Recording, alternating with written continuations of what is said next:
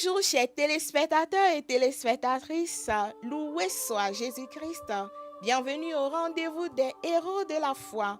Aujourd'hui 19 mai, l'Église commémore Saint Yves, héroï de Kermatin. Les saints de Dieu s'avancent vers le roi des cieux, à l'osigne de joie, qui célèbre sans fin celui qui donne. Yves naquit le 17 octobre 1253 en Bretagne, dans une modeste famille de fervents chrétiens.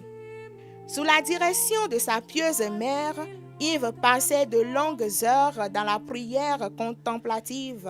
Il étudiait beaucoup la vie des saints et cultivait beaucoup le silence. À l'âge de 14 ans, il partit étudier la théologie et le droit à Paris et à Orléans. Il mena sa vie d'ecclésiastique et de juge ecclésiastique dans une pauvreté et une obéissance volontaire. Il était un homme simple qui a transformé son manoir en hôpital pour les nécessités en faisant beaucoup de pénitence aussi. Malgré sa haute instruction, il prêchait avec humilité et ferveur, touchant les cœurs. Il a défendu gratuitement les pauvres au tribunal, ce qui lui valut le titre de avocat des pauvres. Le 19 mai 1303, affaibli par ses nombreuses pénitences, il mourut dans une odeur de sainteté après avoir passé de longues heures en prière. Aussitôt après qu'il ait rendu l'âme, une lumière céleste fut aperçue au-dessus de son lit de mort.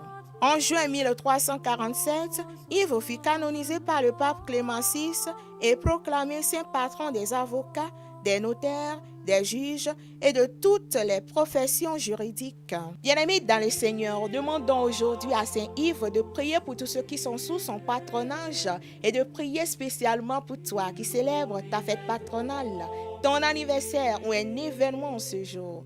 Bonne fête à toi. Merci et à demain pour une autre histoire des saints.